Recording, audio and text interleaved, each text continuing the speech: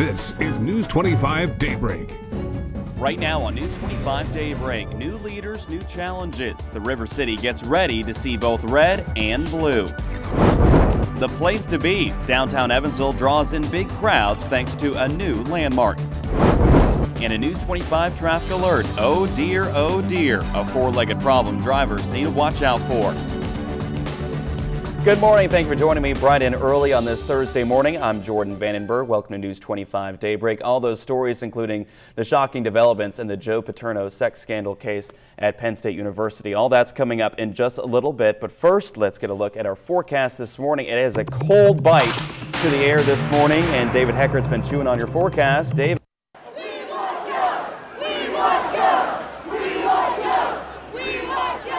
The child abuse scandal at Penn State University takes a shocking turn this morning. The university's Board of Trustees fires legendary head coach Joe Paterno. Police dressed in riot gear are trying to quell the growing crowd of Penn State students this morning protesting the university's decision. We'll have a whole lot more on this developing story later on in Daybreak.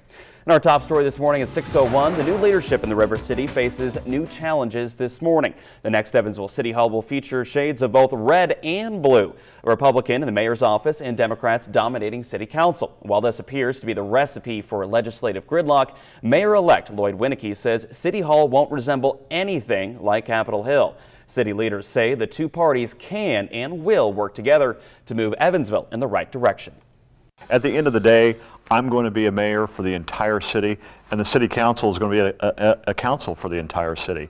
I think that we may disagree on some issues, but I'm sort of built for collaboration. That's my style. A lot of us, maybe not publicly, but personally, that ran for city council supported Lloyd, so we wanted to see Lloyd win. So I think we have a vested interest in making sure he succeeds at what he wants to do. We want to work together so we can succeed with what we want to do.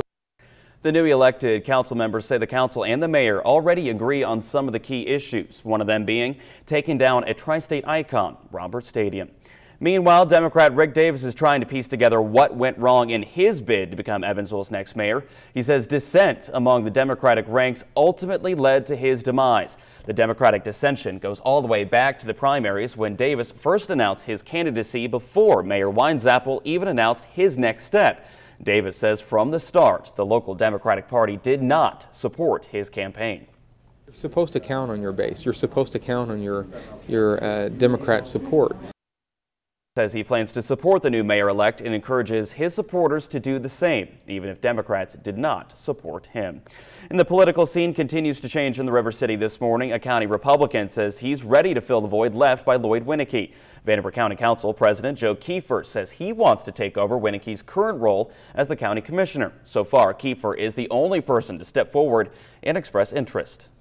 I was a city councilman for 8 years. I sat next to Steve Melcher, and so we had a good working relationship. Of course, Marcia is doing a great job, and I work very well with Marcia and feel comfortable working with her day in and day out on important projects for the community. However, there will be one more step before Kiefer can take the seat. The precinct committee first needs to approve him before January 1st. The party will then need to find a replacement for his county council seat. News 25 Crime Tracker now at 6:03. 28-year-old Jeremiah Chapman is in jail this morning in Madisonville facing meth-related charges. Kentucky State Police arrested Chapman after a traffic stop around midnight. Troopers say he was under the influence, carrying a gun, meth, and other drugs. Right now, he faces several charges this morning. In the News 25 Story Tracker, investigators are waiting for autopsy results of the jail inmate who died in Davis County Wednesday. State police say 55-year-old Dean Stevens of Bicknell was not feeling well that morning. Officers took him to a nearby hospital, but then later transferred him to St. Mary's, where he later died. We'll keep you updated on this developing story. Right now, police in Jasper are trying to track down cemetery vandals. Officers say vandals struck the cemetery at St. Joseph's Church. Authorities say several headstones have been knocked over and damaged sometime within the last week. And thanks to the newly opened Ford Center, downtown Evansville is now the place to be. Nearly 8,000 people crowded downtown Wednesday night to see Bob Seger and the Silver Bullet Band perform. Of course, all those people want somewhere to eat and drink both before and after the concert. And a packed crowd at the Ford Center also means a full house for area bars and restaurants. We had to keep track of how many people were coming in, and I had to end up shutting down before we were at capacity and couldn't let anybody else in. So great problem to have. Unfortunately, we can't pack the place full due to fire code and all that, but yeah, it was awesome. It was amazing. The Bob Seger concert last night wasn't the first event to draw a big crowd downtown. Area business owners say events like UE basketball and Iceman hockey games have brought them additional customers since the Ford Center opened. And there are even more events to look forward to this Friday. Country superstar Reba McEntire is scheduled to perform for the Ford Center's grand opening ceremony. Then on Saturday, the Evansville Purple Aces open up their regular season with the Butler Bulldogs. And on December 28th, the Zach Brown Band will be here. For a full look at the full schedule, check out our website, news25.us. In a News 25 traffic alert at 6:05, oh dear, oh dear. State police say deer can be a problem this time of year, especially near sundown. Just last year, nearly 900 cars in the Evansville area were involved in crashes with deer. Warwick County had the most of them all, about 250. A local organization needs your help this morning to make Evansville's airport a better place. Keep Evansville Beautiful says they need more than $100,000 to help pay for the Airport Gateway project. The project aims to beautify the area surrounding the airport, including new landscaping and new artwork. The number one complaint I've gotten from businesses and corporations in my tenure here at Keep Evansville Beautiful is the appearance of this community from Highway 41. It starts at the airport. And so we're working that problem, and we're solving it. And the businesses and the people in the community are really coming out and supporting this in a big way. And so far, Keep Evansville Beautiful has sent out about 170 letters to local businesses and families to help raise money. There are 5 phases in the Airport Gateway project, and organizers hope to finish phase 2 by this summer. And a friendly reminder for Newburgh area residents this morning, town officials are holding a leaf-only curbside pickup this Friday. Make sure you have your leaves bagged up by 6 tomorrow morning, November 11th. Town officials say they're planning another leaf pickup days when those are necessary. Welcome back to Daybreak. Your time now is 6:25. The child abuse scandal at Penn State has now cost their legendary coach his job. The University Board of Trustees announced Wednesday that Coach Joe Paterno and the university president are fired immediately. Earlier in the day, Paterno said he would retire at the end of the season. His retirement was short-lived. He's now out of a job this morning. We'll have more on this developing story in our next half hour of News 25 Daybreak. Republican presidential hopefuls faced off again in another televised debate. The candidates fielded topical questions on the economy, including Wednesday's terrible stock market losses in the wake of Italy's debt crisis. Herman Cain and Mitt Romney agreed that if U.S. wants to avoid going down the same path as Italy, the U.S. needs to get its financial house in order. But with the accusations of sexual harassment swirling around Herman Cain, you better believe he was asked about it. Cain denied the allegations that he sexually harassed 4 women. One of the accusers wants to organize a joint news conference with the other women. Cain's campaign says several of the women have credibility issues. Officials in Jefferson County, Alabama make history for all the wrong reasons. The county has filed for Chapter 9 bankruptcy, and the $3.6 billion figure is the largest Chapter 9 filing in U.S. history. The majority of the county's debt is tied to sewer-related issues after a project became plagued by corruption and spun wildly over budget. Meanwhile, the future looks rather bright for this 23-year-old. Very bright. He's the new mayor-elect of Frankfort, Indiana. He has no political experience, but says he has done all of his homework. The departing mayor has served as sort of a mentor for this rising political star. And while he's excited, he says it's time to get down to business. Coming up on Daybreak, open for business. Small business owners set their sights on the River City. In honoring Hoosier State veterans, one car at a time, a new opportunity for Tri-State drivers to say thank you. Those stories, plus the latest from the First Warning Doppler Weather Center, just moments away when News 25 Daybreak comes right back. Don't go anywhere. Right now on News 25 Daybreak, a choice, a voice, a protest. The explosive child abuse scandal at Penn State University forces a legendary head coach out the door. Banking on Evansville. Small business owners turn their attention to the River City. And saluting their service, $1 and 1 can of food at a time. Hope you're having a very great morning here on this Thursday. Welcome to News 25 Daybreak. I'm Jordan Vandenberg. We'll have more on all those stories and a whole lot more in just a bit. But first, let's get a look at our forecast this morning. If you stepped out the door already, you may have noticed, man, it is cold. New on Daybreak this morning at 6:31. First, they lost their legendary head coach. Then they lost their university's president. Finally, they lost their composure. Thousands of Penn State students took to the streets to show support for their embattled yet beloved former head coach Joe Paterno. ABC's Tamon Bradley has the latest in the riot in Happy Valley. On Bradley, ABC News. Tracking the economy here at home at 6:33, more small business owners are turning to Evansville to open up shop. Right now, the Chamber of Commerce says many people are exploring the idea of starting their own business and want to learn more about the local market. Advisors at the Small Business Development Center on Main Street say they see around 200 clients a year. We're very interested in exploring the idea. We've had more people that have contacted us about putting together a business plan, trying to understand the market here and what might be an opportunity. People are looking at franchises now more than they had in the past. If you would like to turn your ideas into a business plan, you can find the information on the Small Business Development Center on our website, news25.us.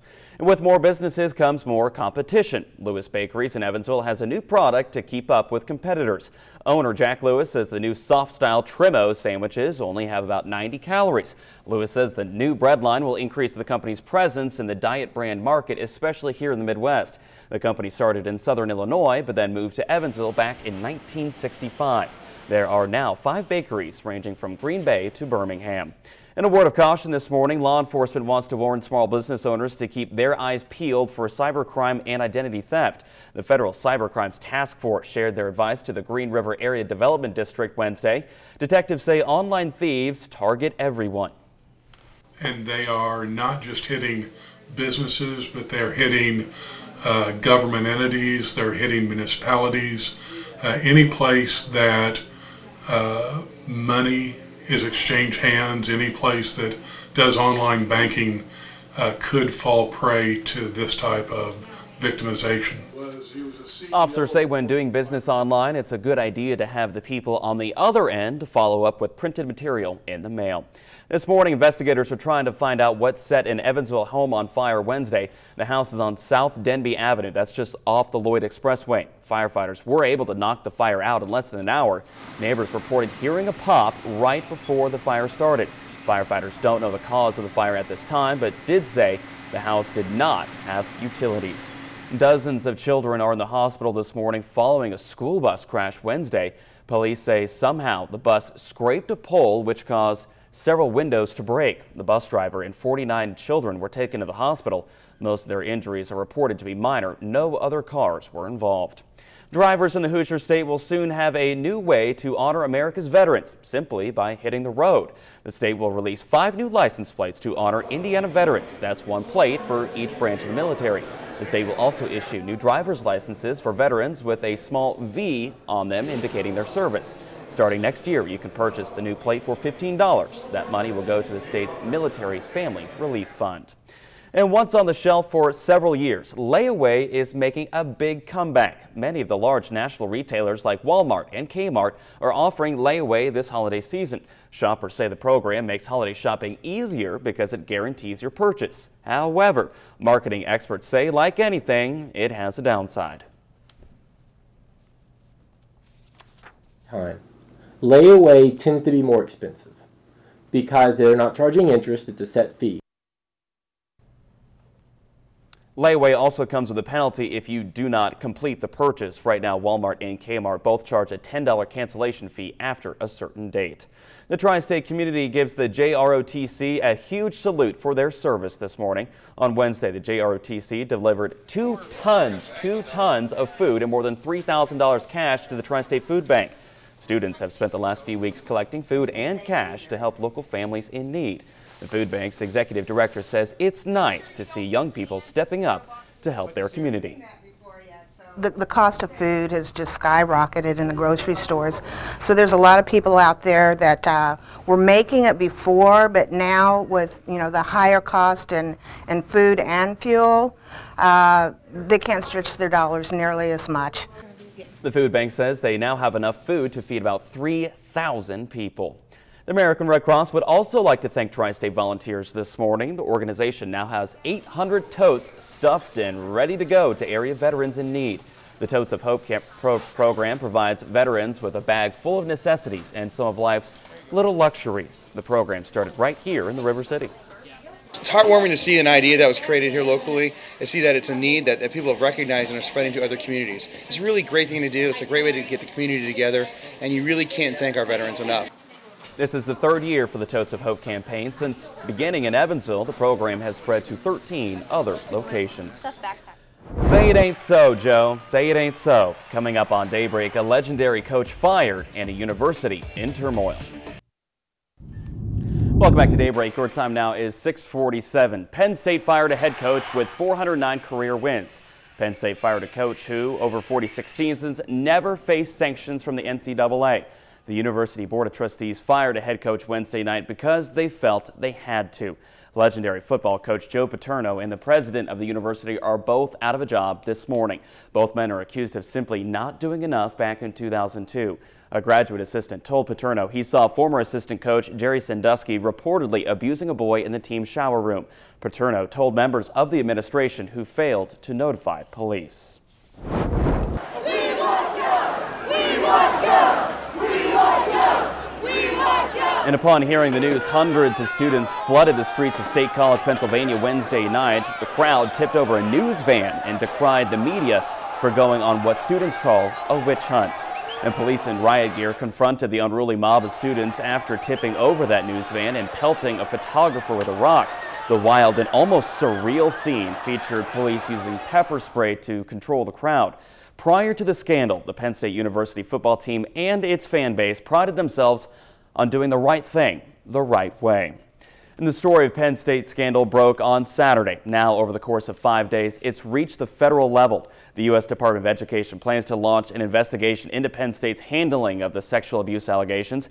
In addition to the 40 charges of child abuse placed against former assistant coach Jerry Sandusky, federal officials will also look into whether the school failed to disclose the correct number of criminal incidents on campus. Day 133 of the NBA lockout, and owners and players are done talking.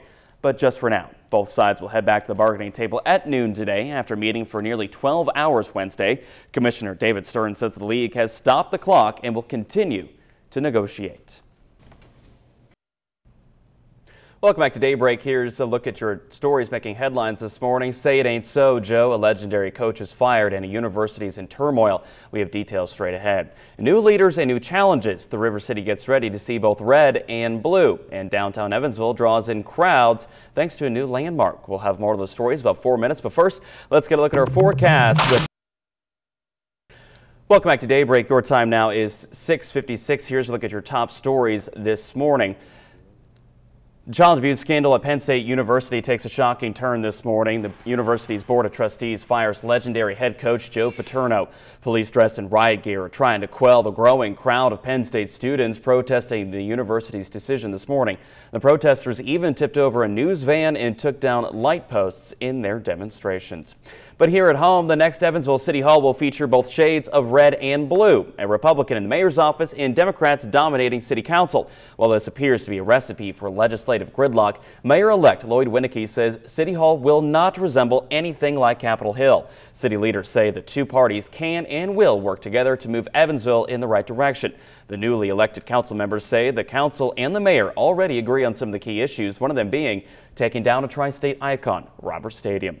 The political scene continues to change in the River City this morning. A county Republican says he's ready to fill the void left by Lloyd Winnicky. Vanderbilt County Council President Joe Kiefer says he wants to take over Winnicky's current role as county commissioner. So far, Kiefer is the only person to step forward and express interest. There will be one more step before Kiefer can take the seat. The precinct committee just needs to approve him before January 1st. The party will then need to find a replacement for the county council. News 25 traffic alert now. Oh dear, state police say deer can be a big problem this time of year, especially near sundown. Just last year, nearly 900 cars in the Evansville area were involved in crashes with deer. Warwick County had the most of any of them, about 250. And thanks to the newly opened Ford Center, downtown Evansville is now the place to be. Nearly 8,000 people crowded downtown Wednesday night to see Bob Seger and the Silver Bullet Band perform. Of course, all those people want somewhere to eat and drink both before and afterward. And a packed crowd at the Ford Center also means a full house for area bars and restaurants. The Bob Seger concert last night wasn't the first event to draw a big crowd downtown. Area business owners say events like UE basketball and Iceman hockey games have brought them additional customers since the Ford Center. And if Ford Center opened today, it'd look nice out, but it's certainly too cold for anything outdoors or anything like that. I think it'd be pleasant inside, though. Yeah, they have not too bad they have comfort-controlled thermostats there. It was actually nice. I was there this weekend as well, but as you mentioned, is a very chilly and frosty start across the region. Temperatures into the 30s at this hour. Some areas below freezing, including Lagodi and Hartford, 35 in Evansville, 33 in Owensboro. So if you parked your car outside, you're going to need a few minutes to scrape it off. Today's going to be a pretty looking day, but not a whole lot of warmth with some gusty west-northwest winds. 46 degrees at lunchtime, heading to an afternoon high right around 50 degrees. Freeze warning in effect overnight tonight with lows down into the 20s. And a quick reminder, if you need your weather radio program today at Newburgh, will be there between 4 and 6:30. So the word of the day is deceiving. Deceiving would be the word, yes. All right, we'll see you right here tomorrow morning. Have a great one.